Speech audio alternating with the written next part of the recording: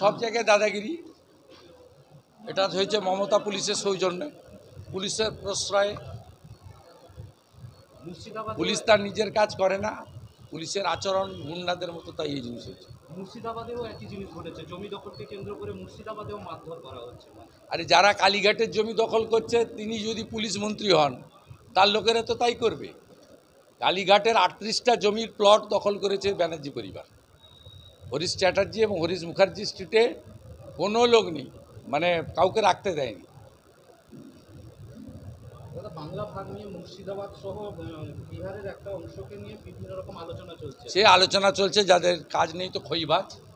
Doctor Shyama Prasad মুখার্জির বাংলা ঐক্যবদ্ধ বাংলা থাকবে, এবং পশ্চিমবাংলার যে সীমান্তবর্তী জেলা থেকে হিন্দু পলায়ন হচ্ছে, ভারতীয় জনতা পার্টি সরকার এলে মমতা ব্যানার্জি 72টা জায়গায় বিএসএফকে জমি দেয়নি বেড়া, কাঁটাতারের বেড়ার জন্য। আমাদের প্রথম কাজ হবে কাঁটাতারের বেড়া কমপ্লিট করে রোহিঙ্গাদের খুঁজে খুঁজে পশ্চিমবঙ্গ থেকে তাদেরকে সরিয়ে পশ্চিমবাংলার যারা, সে যে ধর্মেরই হোক, যে সম্প্রদায়ের হোক, যারা আদি অনন্তকাল 3 পুরুষ 4 পুরুষ 5 পুরুষ 6 পুরুষ এখানে আছেন, তাদেরকে সুরক্ষা দেওয়ার। আর উত্তরবঙ্গে উন্নয়ন, ব্যাপক উন্নয়নের মধ্য দিয়ে এইমস তৈরি করা থেকে শুরু করে আইআইটির মতো প্রতিষ্ঠান গড়া থেকে শুরু করে উত্তরবঙ্গকে প্রচুর উন্নয়ন দিয়ে তাদের অভিমান মুক্ত করা। কিন্তু BJP stand clear. Doctor Shyama Prasad মুখার্জির নেতৃত্বে 58 জন আইনসভার সদস্য 1947 সালের 20 জুন হিন্দুদের এই হোমল্যান্ড দিয়ে গেছিল।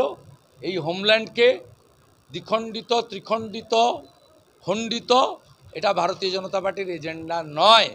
এজেন্ডা সন্ত্রাসী, জিহাদি, জঙ্গি অনুপ্রবেশকারীদেরকে সরিয়ে ভারত মাতার যে অন্যতম একটা খণ্ড পশ্চিমবঙ্গ, তাকে রক্ষা করা, আগামী প্রজন্মের জন্য সুরক্ষিত করা। হকার উচ্ছেদ করা হচ্ছে যেখানে সেখানে সমুদ্র তীরবর্তী এলাকায় দেখা যাচ্ছে যে কোস্টাল রেগুলেটিং জোনের কোনো নিয়মকানুন না মেনে সেখানেও কিন্তু ওটা ওদের অ্যাডজাস্টমেন্ট করে করছে।